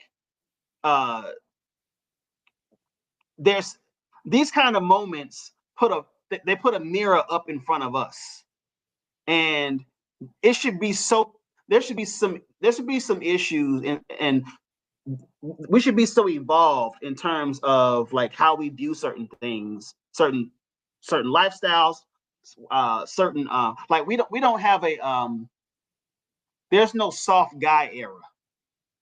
You know what I mean? Like there are we don't really deal with some of the ways that we need to deconstruct masculinity as we've known it, and refashion it in a way that involves the whole human male, right? And I think these kind of moments can be teachable moments if we turn the mirror on ourselves and say, okay, yeah, Shannon did all this stuff, and that wasn't, it was a little janky. But what does it say about us that it was even something to be able to do? He didn't have to prove, like, brothers never had to prove that he can read. Because who cares? You know what I'm saying?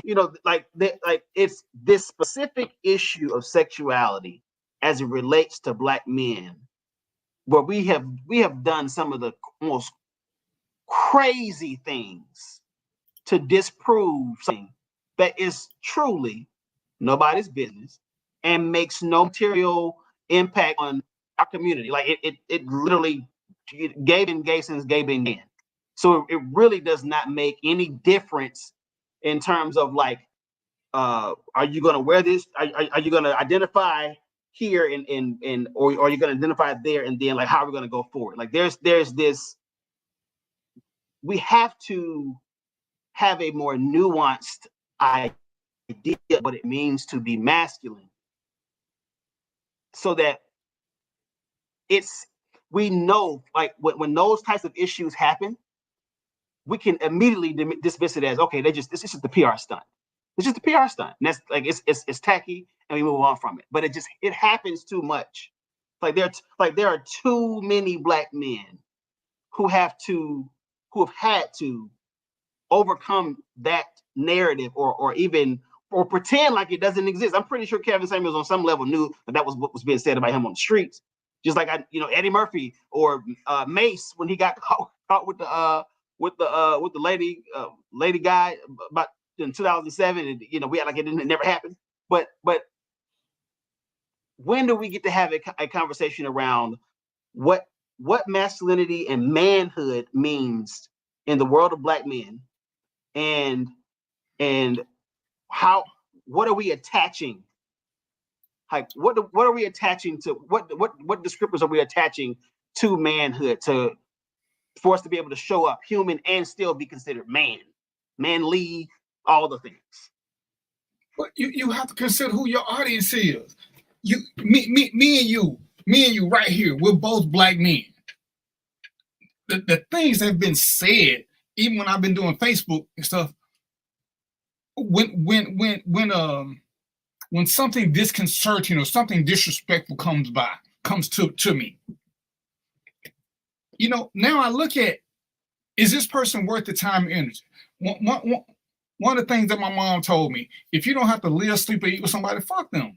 And I had to learn that concept because as Cat Williams talk about, you're gonna always have haters, and haters gonna pick on anything. I don't think our masculinity being challenged is as big a deal unless we wanted to, because everybody gets it done, especially in this download era. But who cares? Who cares if somebody? You know how many people I care think whether they think my wife is pretty or not? Zero. I don't even feel the need to defend that. Oh, you could do better. You could do this. Oh, who cares? Who are you? Who are you? You weren't part of my decision-making process, so there's nothing to defend. So when people say certain things, why am I defending it? What's the thing say? Lions don't care about the opinions of sheep. So when he did this, and I want to talk about masculinity, we're gonna have to do a whole nother show on that. But I watched him, and then I watched the thing with Chad. And I was like, see, what he's doing now is truly emasculate. He's trying to emasculate this brother. This is self-inflicted. And the more he talked, the more I just got so, I don't even want to watch the show no more, because you're doing this lie to this man. The man said what he said. And I'm going to use us. You sent me a thing telling me you might be late. Who am I to keep questioning? You know what I'm saying? You ain't got to be here. And you made a point. He act like Chad worked for him.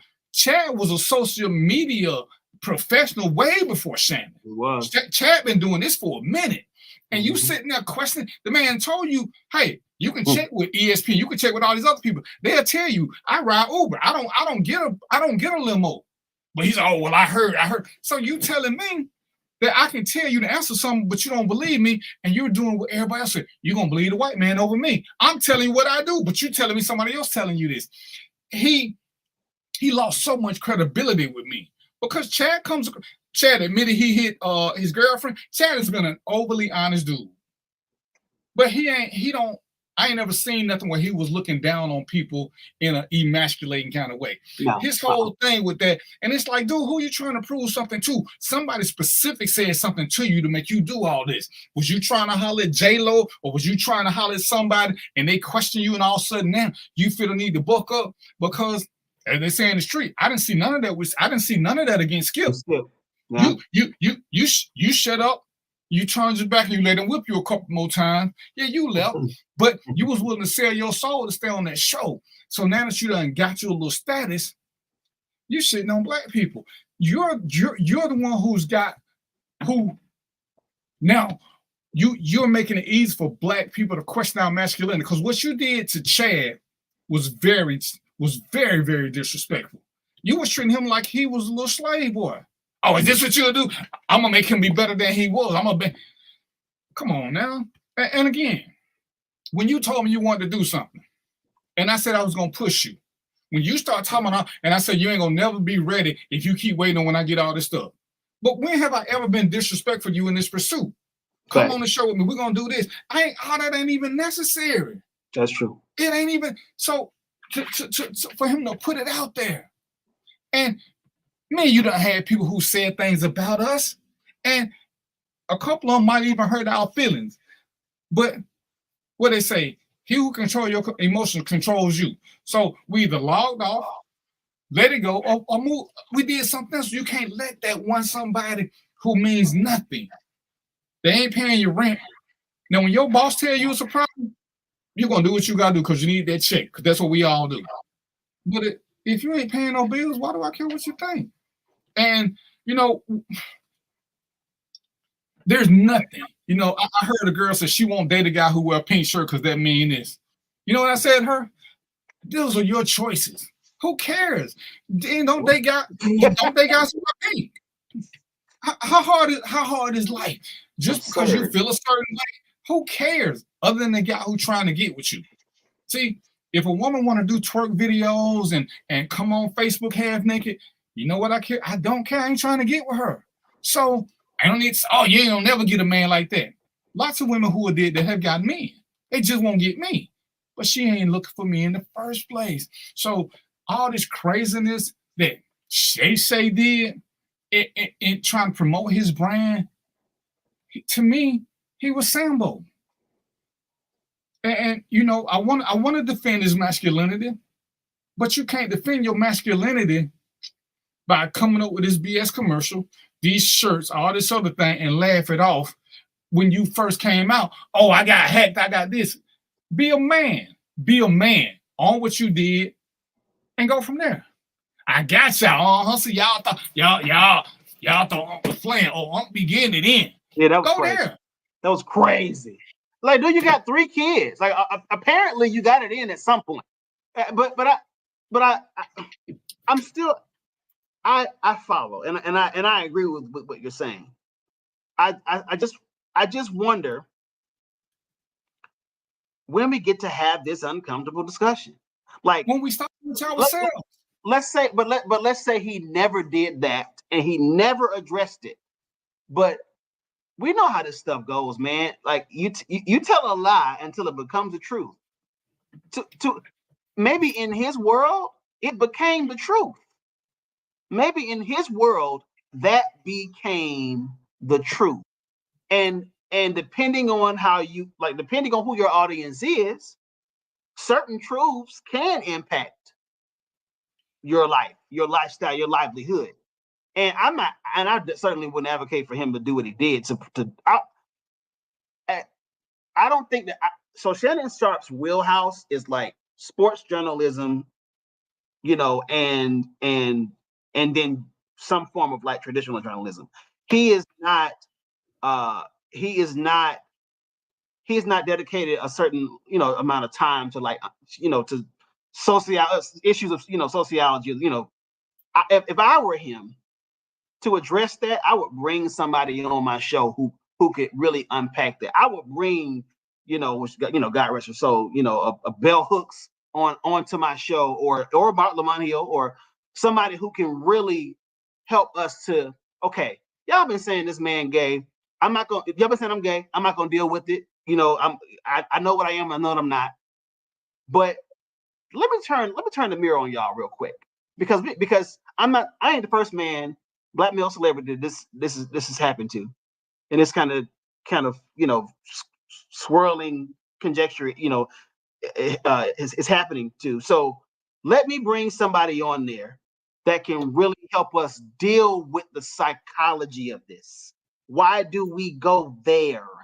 Why is that why is it like, okay, after we embrace you, it's kind of like when you go to the I have an aunt, she's older now, but when she's never been married, no kids, and it got to a point where like when she would come to like Thanksgiving gatherings, my great grandmother who's passed away, well, girl, you sure you ain't? And it's like, bruh, like, you don't know what this woman going through. She might be dealing with infertility issues. She might be dealing with some unaddressed trauma. It might be some real things that have informed her decision to not be with, anyone, and all the things that would kind of demonstrate this, heteronormative lifestyle that you want her to have. But it's like, when do we get to have that discussion around, like, not just black men calling other black men, out their name, but I mean, like, no.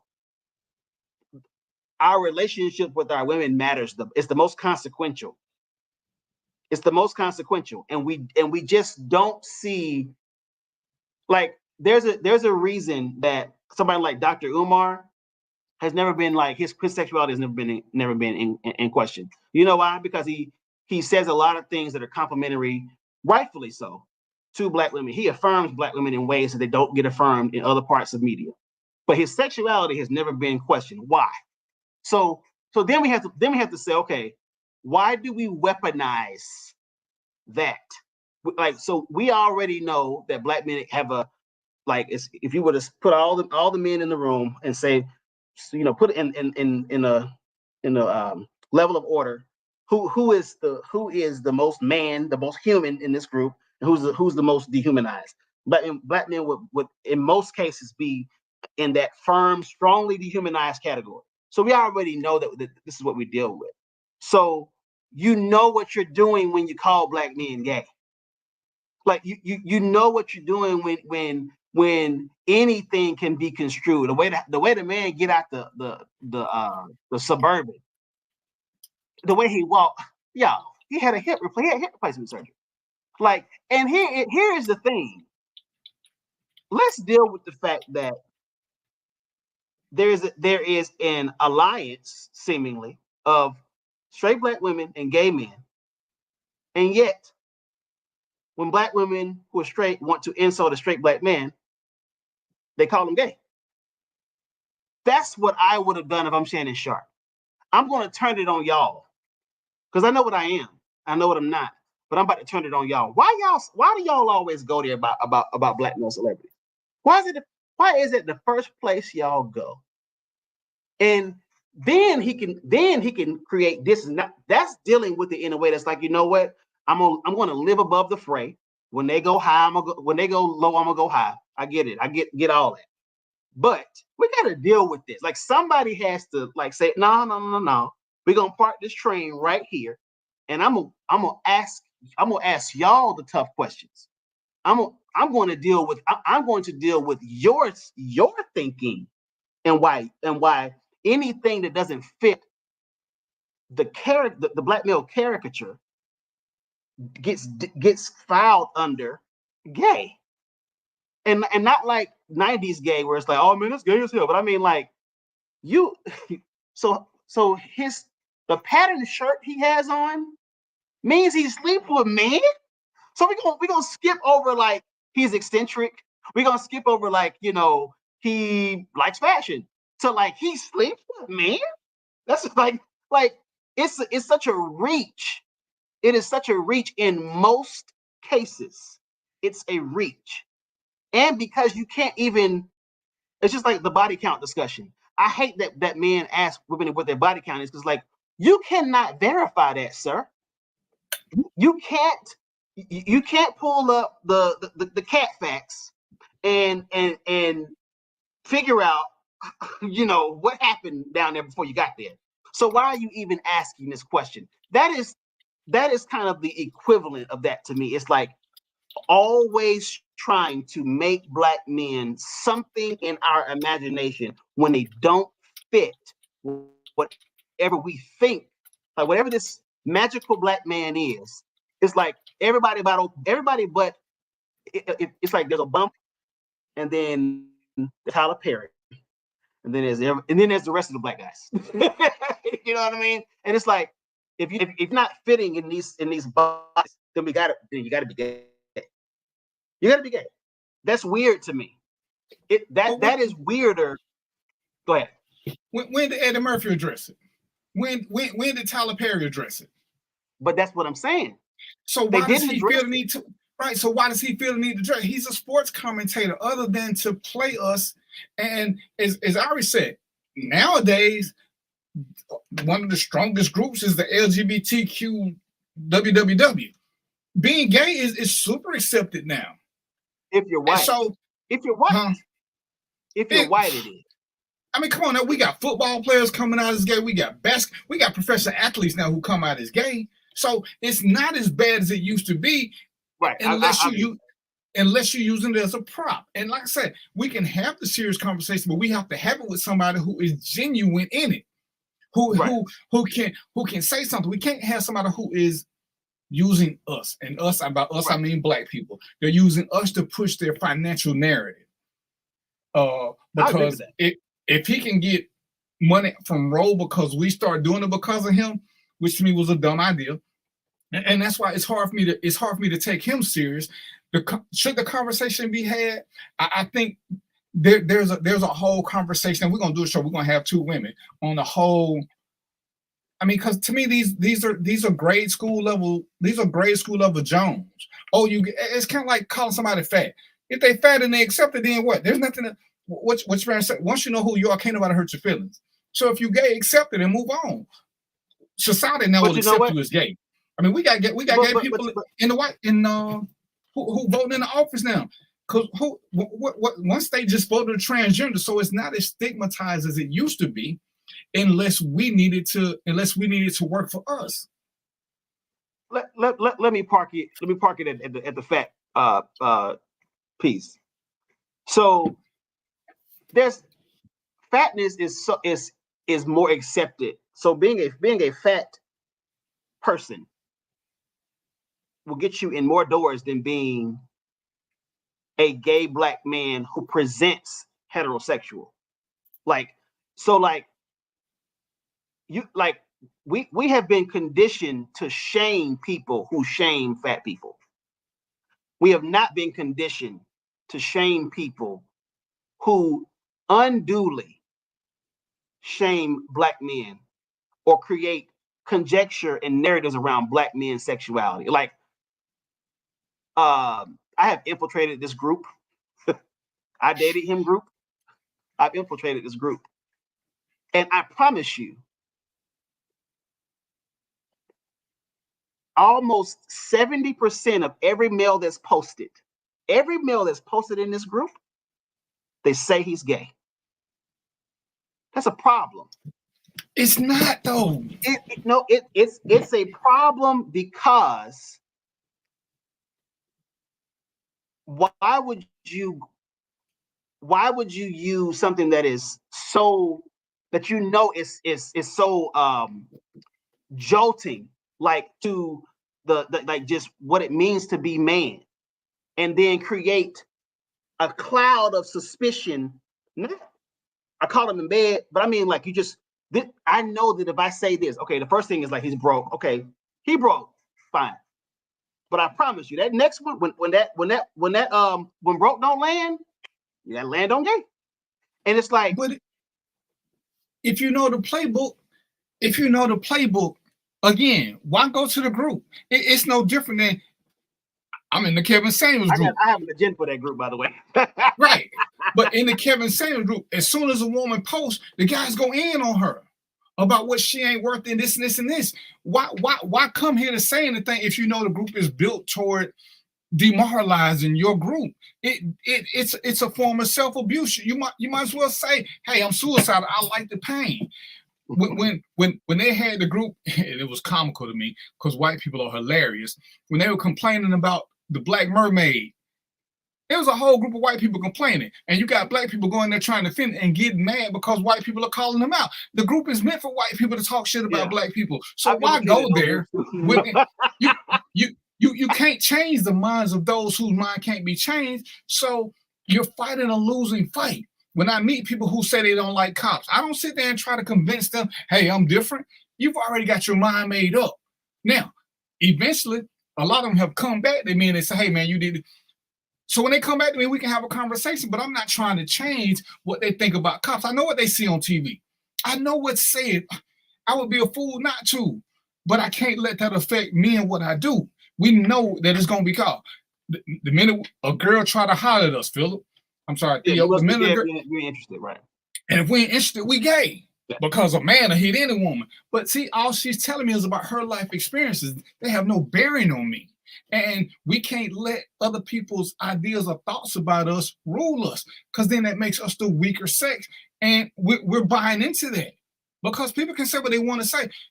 You can't stop nobody from, girl say, I don't like ugly men. I can sit there and tell her why I ain't ugly. But if that's her opinion of me and it's just an opinion, she's free to have whatever she wants. And I should take that I should take that. What she gave it to me. Don't waste my time on her. Too many times we trying to prove stuff to people who don't give a shit about us. No way. That's us wasting good energy. I asked you to be on the show. If you said no, I won't keep bothering you about it. You got a choice. And you got to do this. Once people tell us who they are and what they don't want to do, then we have to let that go and move on to the next. Shannon, whoever said it to him, if it ain't somebody who you after, and if it is somebody who you after, then let them go.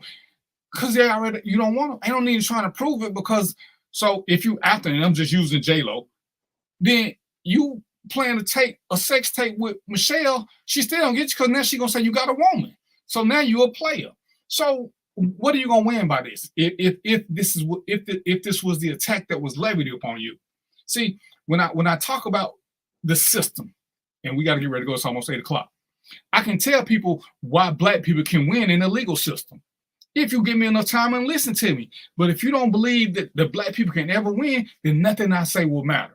But once I start saying stuff and they catch something, they're like, oh, damn, that did work. Or that do make sense. Then they more apt to listen. But when they already tell me they don't want to hear nothing I got to say, I quit talking. I'm going to talk to the ones that want to listen. What I tell you, we're going to talk to the black people who want to be more informed politically, more informed financially. The ones who don't want to hear, the ones who come and tell me, oh, you crazy. I don't even address their comments. Because they've already told me they don't want to get it. So why would I waste my energy on the ones who want it? For the people who love Shannon, what he bring, he did more damage to them than the two people he trying to convince he ain't gay, in my opinion. I agree. And that's why when we're going to have the sexuality concept and how we as black men have got to start addressing it, as you say, when they go low, we go high, just say, hey, I ain't your type. And if this ain't what you like, then let's move forward. We ain't got to be disrespectful or degrading because even if I am gay, what's it to you? What's it to you? All right, so it's 7:59. I don't want to get in trouble. You got any parting shots for me, my brother? This is a beautiful show. Let's do it again. Look forward to it next Wednesday. Every Wednesday, 6:00 Eastern Standard Time, and we got to start working chasing Huxley because we got to start giving out teasers, my brother. We got to do it like we got to do it like the big time people. We got to have a little chasing Huxley teaser. So after this show ends, start figuring out how you want to get this teaser. I ain't even get a chance to talk about my melodic getaway because, ladies and gentlemen, we're gonna start telling y'all to plan trips to go do something. If you don't do nothing. Hey, when you get your taxes next year, stop buying rims and stuff. Plan a little trip. All trips ain't expensive. I'm going to start doing some melodic getaways because they got some great deals. Check out the group if you get a chance. But come back to my JBN where we're going to be unapologetically black. We're going to be entertaining, educating, and information, all the good stuff at the same time. If you want us to talk about something, inbox one of us. Shoot us a text if you got our number. But we're going to try to give you what you want and have fun in the process. I had a good time. Theo, I thank you for coming. We're gonna get there without degrading each other. We're gonna uplift each other. We're gonna talk a little trash, but we're gonna always push positivity, even when we challenging each other. It's about being positive. Challenge each other to be better, not for the win. Because if Theo win, then I win. If I win, he win. Because we're a team now. We ain't gotta drag each other down. We can both rise. We may not even rise together, but as long as we rising, we winning. And that's what we got to keep in mind, ladies and gentlemen. It don't matter who gets there first, as long as we both headed that direction. So with that being said, y'all know what it is. I can't drink no more because I'm on call. So with that being said, my green tea, what is, oh shit, peas, popcorn, and chicken grease. And we out. Hey. I almost forgot my closing. How do I end this? I'm going to hit you up, Philip. All right. I can't remember the call.